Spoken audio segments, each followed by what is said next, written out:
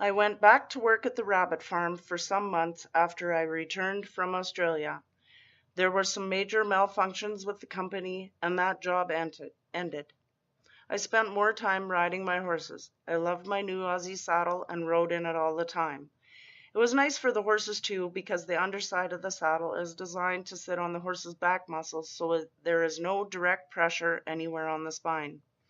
The saddle was an amazing design and fit my high-withered Raisin well, but it also fit low-withered Fury without causing any discomfort to either horse. The Aussie saddle on Fury did not slip around as much. I liked that, but still favored riding Fury bareback. On a warm summer evening, I took a friend out for a ride. They wanted to try out my Aussie saddle on Raisin, and I figured Mighty should be ridden too. I saddled the horses and my friend mounted Raisin. I adjusted the stirrups for my friend so they were just right. Stirrup length is extremely important on an Aussie saddle for comfort and safety. Then I mounted Mighty in my Western saddle.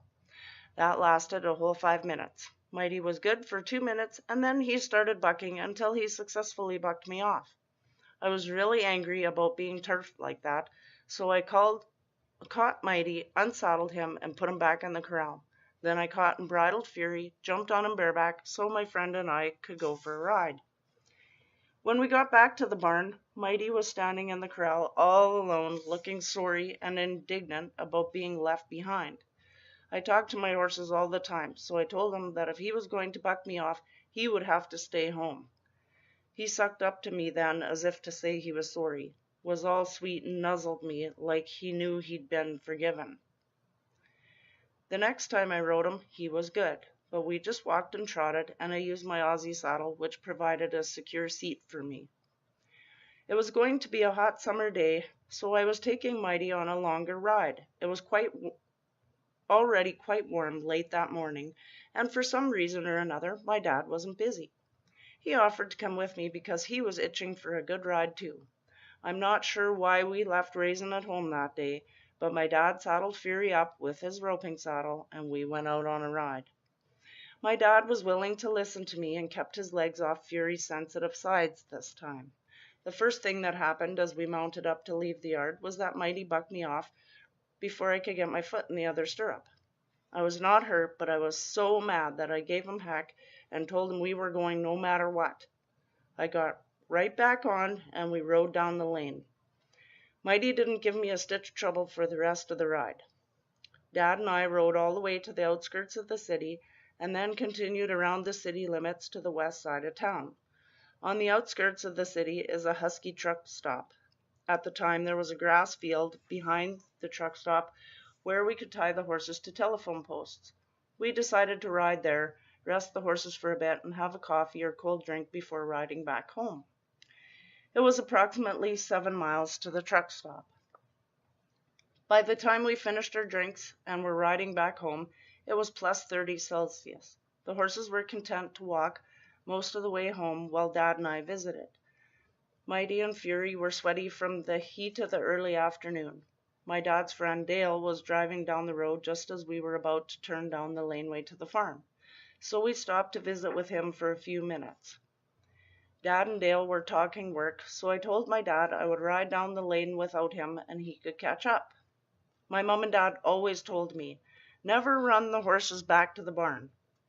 Not allowing the horse to run back to the barn was a safety issue. Mighty and I were at the Quonset, where I was dismounting to lead him across the pavement into the yard, when here comes my dad on Fury at a full gallop. Hot pavement is as slick as ice to a barefoot horse, and when Fury's hooves hit the pavement, he was skidding, all 4 hooves splayed. My dad panicked and pulled hard on the reins, which caused Fury to lose his balance. Dad and Fury hit the pavement really hard. Dad let Fury go, and Fury promptly jumped up and walked back to the barn. My mom saw the whole thing from the house and was running out the door as I ran leading Mighty to where my dad lay. My dad was conscious. He had not hit his head, but he was in extreme pain, saying his hip hurt. Mom stayed with Dad while I went to check on Fury and put the horses away. Fury had a few scuff marks on his knees, but other than that, he was okay. I put the horses away in record time and ran back to the yard.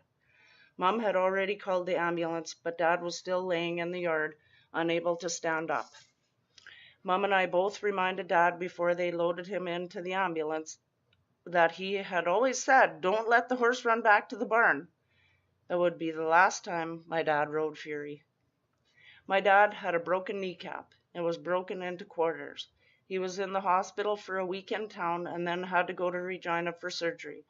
My brother Chad had graduated high school the year before and was working with Dad, so he ran the crew on the construction by keeping in touch with Dad on the phone. The work still got done. It was a long road to healing for my dad. He was not very good at laying around not doing anything either. I guess I come by that trait honestly. Within a week after surgery, he was out on the job site barking orders from his wheelchair and later crutches. Dad wasn't out there all day, but he would make an appearance on the job site for a few hours at least. Before he got his cast off, he was up on a roof shingling. My dad is a tough old bird. In the fall, I took Mighty to a professional trainer for a month. I wasn't confident enough at the time to further his training, or so I thought. I went and picked him up at the end of a month. I was not happy with the condition he returned in. He was more than 100 pounds underweight. Mighty turned out to be an excellent horse, and I really did enjoy riding him after that. When he long trotted, I could just sit in the saddle and ride as though I were sitting in a rocking chair. If he loped or galloped as hard as he could go, it was the same. Mighty was the smoothest horse at all gates that I had ever ridden. I found out after the New Year that my hoof trimmer and friend, Cliff Barron, had passed away in October 1992. Cliff had been out to do hoof trimming for me late that summer when he told me that he had been in the hospital for his heart earlier in the year. The news of his passing was devastating to me. Cliff didn't know how much his regular visits to do hoof trimming had meant to me. Cliff always insisted vehemently that he was not a farrier, he was a hoof trimmer. I don't know how old he was. What I know is this. In my grief and in remembrance, I wrote the following poem. More than a hoof trimmer. I'll tell you a story. It ain't been tried, but it sure as hell is true. About an old cowboy who handled my horses and put on the odd shoe. I met him way back in '79. He may not have stolen many hearts, but he sure got mine. And though most looked away from his craggy, weather-beaten old face, when it came to horses, he could keep a tune to their pace. I wasn't much more than a bit of a girl, but that old cowboy nearly made my toes curl.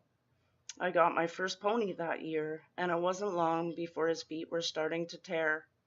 Dad said, "Get a hoof trimmer to come out and fix him right away." I thought, yeah, right, that'll be the day. The first day Cliff was out, Dad talked the ear off of him and probably gave him gout. He seemed kind of raggy, with his back slightly bent, but I watched closely as if I'd known he'd been sent. A miracle, for perfectly shaped hooves. He said, "Now you walk him and we'll see how he moves." Well, he captured that 10-year-old's heart, and from that day forward, I listened with intent while he did his part.